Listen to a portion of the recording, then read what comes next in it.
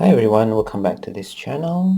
So in this video I'm going to show you a quick setup guide on how to use the Multitone Distortion software to generate multitones using a PSG. So first of all, you have to go to Keysight and download this software. So it's N7621, so it's called Multitone Distortion. And since we are here, I'm going to show you how to connect to the PSG again. So it's very similar to the previous video where I was using the same PSG but different software to connect it. The idea of connecting to a hardware is very similar. So we can use new hardware configuration. And then with this, a few selections here. So we only have one internal arbitrary waveform. So we just choose the first one, PSG there. Next, internal, yep, next.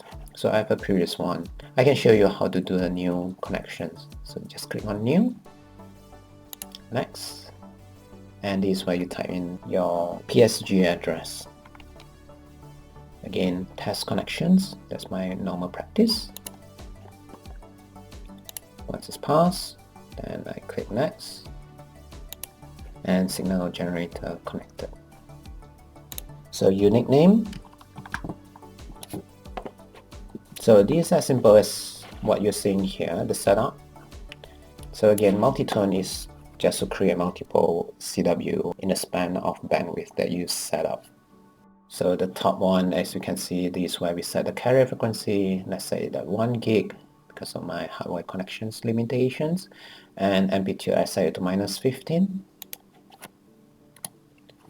And the rest I just leave it as it is. So this is where you can change the tone count. So currently I set it to 8, but it depends on what you need.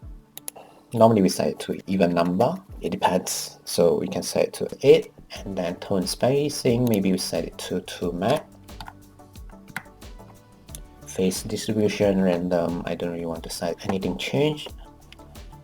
So for phase distribution, I just leave it as it is. You can select that and change as what it fits your testing. So as of now, I just set it as random.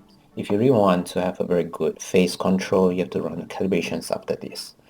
In any case, we just leave it as it is right now, and this is the output. As you can see, each tone has a 2 MHz spacing, and this is how it looks like over here. You can change the relative power. So let's say we set it to -5. And here we set it to +2, and you can see that it does dip down, and this is a bit above the line. So you can change all this power distribution on that multitone that you created. And of course you can see the CCDF in detail. Just do a quick search on internet, it will tell you more of the CCDF all about.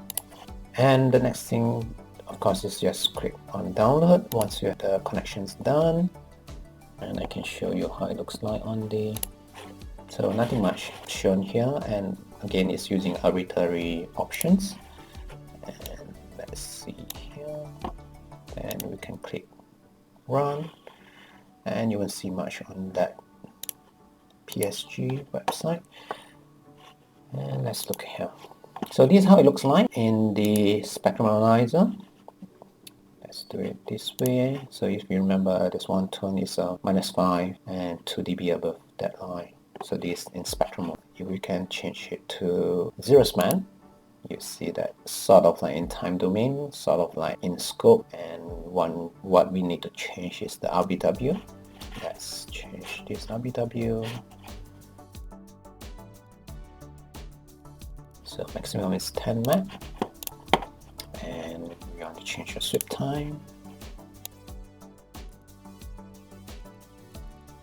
You can see that there's some signal in FFT format that will translate from time domain to frequency domain with multiple CW.